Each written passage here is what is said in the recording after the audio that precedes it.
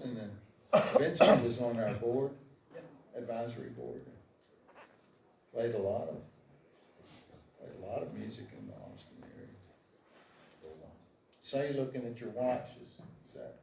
We've got a little bit of time left, but I want to make sure that we let Stuart tell us a little bit about how he got here, because there's an interesting thing about Stuart. Stuart, you were a student here, right?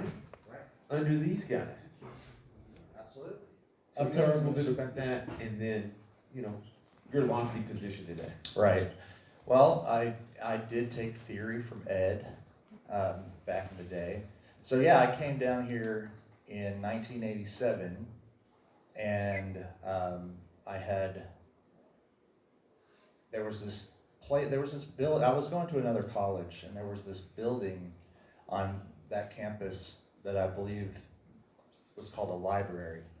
And I walked into it one day looking for reference materials on schools that have an audio engineering program, because I'd seen a movie with Paul McCartney in it where the plot of the movie was his band recorded in a really nice studio in England, and they got their master tape stolen, and the movie was probably like not good, but there was a good song that came out of that movie, good soundtrack. But what was fascinating to me about it was the technology and seeing the behind the scenes working in the studio and all that. And I was a pre-veterinary medicine major 3 years in, so kind of similar stories to some of the other people. And I was like, this is not what I want to do. And what I was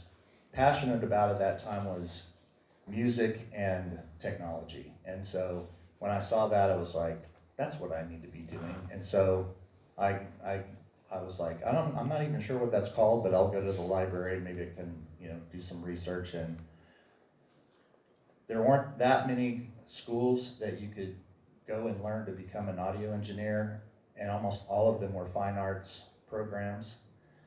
But there were two. The exception was University of Miami, and I got sticker shock when I saw how much it cost to go there, and so I was like, that didn't seem like an option. But there was Five Towns College in Long Island, New York, and South Plains College, and I'm from a small town, Midwestern kid, and I'm like, yeah, I think I'd probably fit in better down in West Texas than in Long Island, New York. And so I packed up my Mustang and drove down here and enrolled in what I guess it was the Sundown Room at the time. I think Don McCown advised me and signed up for the classes and just hit the ground running, and it was like I loved every minute of it. It was amazing and awesome, and that was 1987. This room had just been completed the spring of that year, and I got here in the fall, so this was brand new, and it felt like that everything was firing on all cylinders. It seemed like, as brief of a time had passed from when, John started and Ed and Tim were working here. It was only 12 years later, and it's just seemed like this was the place to be, to follow these kind of career paths, And so the fall of the spring of 1989 was my last semester, and Randy Ellis and Mark Murray asked me, they said, how come you haven't applied for the sound engineer for Country Caravan? And I was like, well, because, I've only taken 2 classes on sound reinforcement, so I don't think I would know enough to do that. And so they said, well, you should probably sit down and interview for about it. And I was like, sure, okay, so we were talking about it, and they were assuring me that if it's something I was interested in, I'd have time to get up to speed on the PA system and all that kind of stuff. And then they asked me, you don't have any experience driving a truck, do you? And I said, well, actually, I have a commercial driver's license because as a summer job, I hauled cattle and hogs across the country. And they were like, yeah, I think you better take this job. So I did, and it was definitely a baptism of fire. But there's nothing. Many people I've heard say in this context of technical programs like this is that really what you're getting when you get your associate degree is a license to learn. It's like you start to know what you don't know, and you know what I mean. And so you realize, wow, there's a lot to know in this industry, but you have that foundation where you can manage.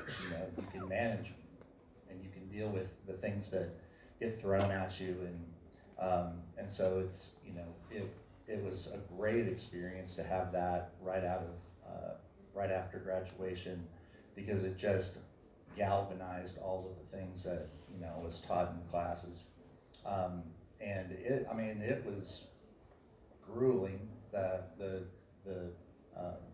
schedule that we had in that brief couple of months, 50 shows typically, and very very small windows for setup and sound check and all that kind of stuff. And it was always like, well, you can't set up until people get off work, and then the parking lot will open up, and then you can get in, and then 30 minutes later you're going to start playing, that kind of thing. But so it was like we always, and Joe Carr always would say, it always takes exactly how much time you have. And it was absolutely true. If we had 2 hours, it took 2 hours, If we had 15 minutes, we got it done in 15 minutes, So, yeah, that was kind of the start of my my foray into working here at SPC, and really from that summer gig, really,